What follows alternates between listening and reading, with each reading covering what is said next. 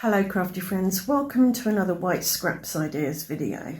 These scraps are smooth white cardstock and are left over from my previous white scraps video. I'll leave a link to that below if you're interested. Before adding any colour to these, I'm going to emboss them with these embossing folders. So those are looking gorgeous now. I'm going to flip them over. So I've got the indented side of the pattern and I'm taping them together on the back, so I can treat them as one piece of paper when I colour them. To start off with my colouring, I've got Kitsch Flamingo, Distress Oxide. This is a red violet, a cool pink. Actually, I was going to smush with my smusher, but I've changed my mind. I'm going to smush with my glass mat. So I want to spread that out and I'm going to hydrate that with some DIY White Pearl Shimmer Spray. And let's press that down into there and see what it does. I think I'll just run my brayer over it to make sure that it gets pressed down properly. There, we've got some lovely colour, mostly on the raised pattern.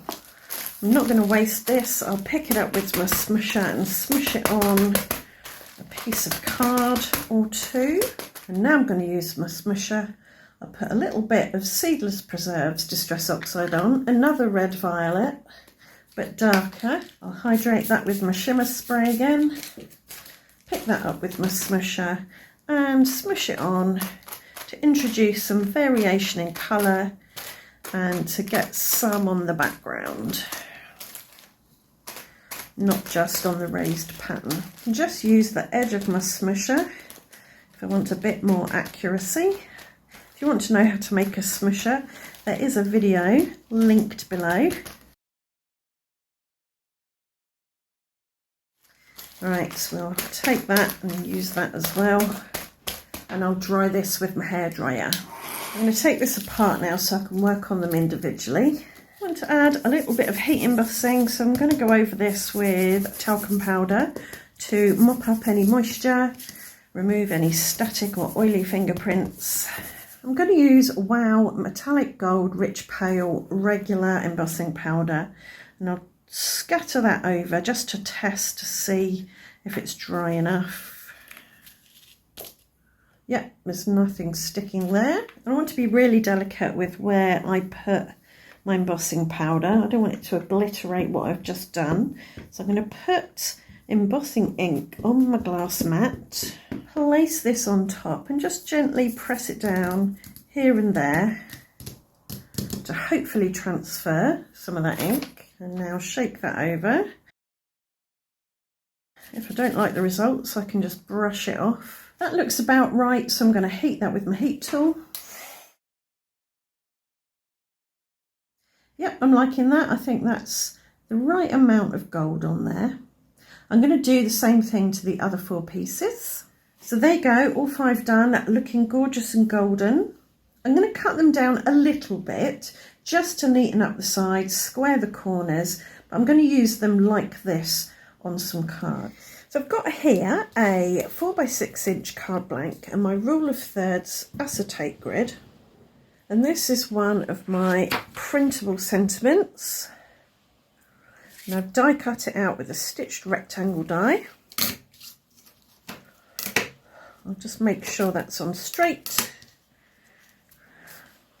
And I've put it in the middle of the card horizontally, more or less, I think.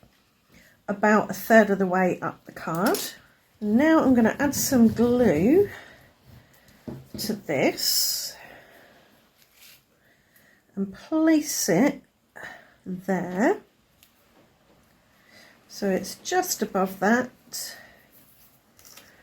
Again, I'll make sure that's on straight. And now I'll flip that over and chop off the end. Maybe a little bit more. And I'll add some glue to the end of that bit. Get my T-square ruler on there like that. And then place that on there so it's in line with the top piece and there's a gap underneath the sentiment as well. And then I'll pop that in my trimmer and chop off the bottom bit. So I like that arrangement. I've added the other panels onto some more card blanks. This is another 4x6, so it covers most of the card, getting on for 2/3 I'd say, and it's got a little white border around the edge. This is a 5x7 card blank, and I put the panel on across like that and chopped off the edges. Another 5x7, I just put that straight in the middle there, and another 5x7, I pushed it up to the top, over to the right, so it's centered on this third line, and just took off the overhanging bit. So now we need sentiments on these 4 and maybe some embellishments. For this card here, I'm going to place a sentiment in the middle of this panel. So it says get well soon. I'll use my T-square ruler to get it on straight. I've just put some glue on the back of that. I don't feel I need to add any extra dimension because you got the dimension from the embossing folder plus the layer of card on top with the sentiment. This one says thankful for you, and I'm going to put it on this intersection of the grid. Again, put it on straight, but I will put a couple of layers of card under there, maybe a bit of foam tape, just to keep that level.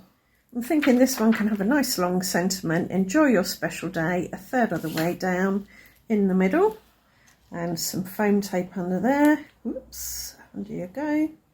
With this smaller card, I'm going to put the thanks there and encompass it within the background. So if we look at the colours that we've already got on our card, we've got a red violet, and we've got this pale gold, which could be a yellow orange. So I could use some blue green to create a triadic colour scheme. A triadic colour scheme is where there are 3 colours equally spaced on the colour wheel. Here are 3 distress oxides that kind of fit that bill. We've got speckled egg, salvage patina and peacock feathers. I'm thinking peacock feathers is too strong, so I think I might just smush some paper with these 2 colours and die cut out a few flowers. We'll start with speckled egg. Hydrate that with some water and smush that on, very pale. This is just smooth white card, nothing fancy. It can handle a little bit of water without falling apart. Could use a shimmer spray to hydrate this. I'll dry that with my hairdryer before adding the salvage patina. So the neighbour's cat and I reached a compromise yesterday, and it seems to be working today. She's let me use my seat, and I've given her a sheet to lie on the windowsill, so she seems quite happy now.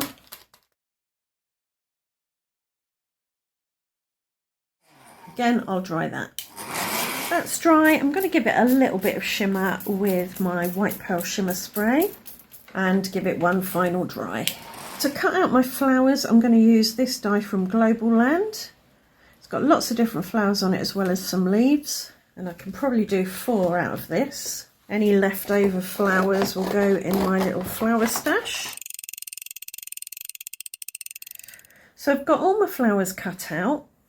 I've sorted them out into styles, and it's just a question of picking the right flowers for the individual cards. And I'm wondering if they just need a little bit of extra colour around the edges.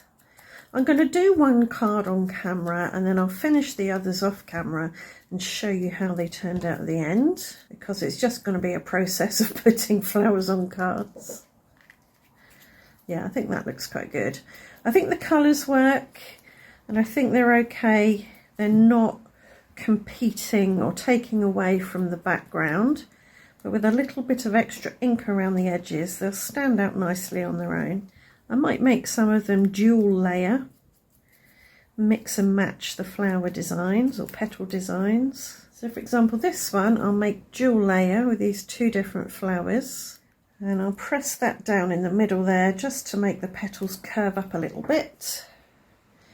You've probably seen me do this lots before. Put some glue on my silicone mat here. Dip my flower in, just so it's got some glue on the back, and place it round the sentiment. Do something similar with these. So I'm overlapping the sentiment piece, because that's interesting. I'll add a bit more colour to some of these smaller bits, just by pressing the finger dauber down. That's very satisfying to say. Finger dauber down. And I'll add these as single layers, I think. Just push them down a bit with my thumbnail. And I might tuck some of them under the sentiment piece. This one's only got 4 petals, so I think that might benefit from another layer. Otherwise it looks a bit bland. If you feel your flowers are a bit flat, especially the small ones that are difficult to curl with the embossing tool, just wait till the glue's dried a bit and then flick up with a pair of tweezers or a pokey tool of some description, and that will give them a bit of dimension. So I think that's enough flowers on that one. For flower centres, I'm going to use pale gold Nouveau drops, because I think they'll work well with the colour of the gold that's already there. Just put one blob of varying sizes in the centre of my flowers and call that card done. Right, I'll go off and do the rest now.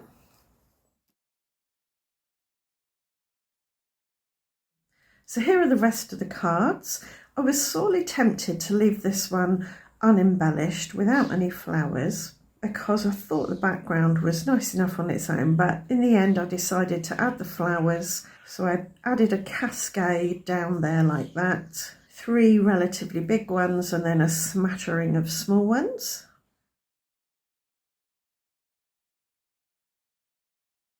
This is the other 4x6 card, again a cascade of flowers. I am wondering whether or not the flowers need some leaves just poking out from underneath them. I think if I was to add leaves, I'd add them as white leaves. You'll have to let me know what you think.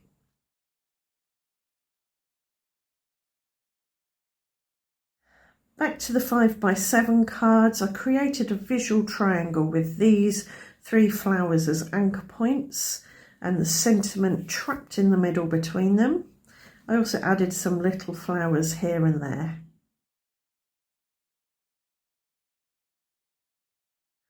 And finally, again, I just encapsulated the sentiment with flowers.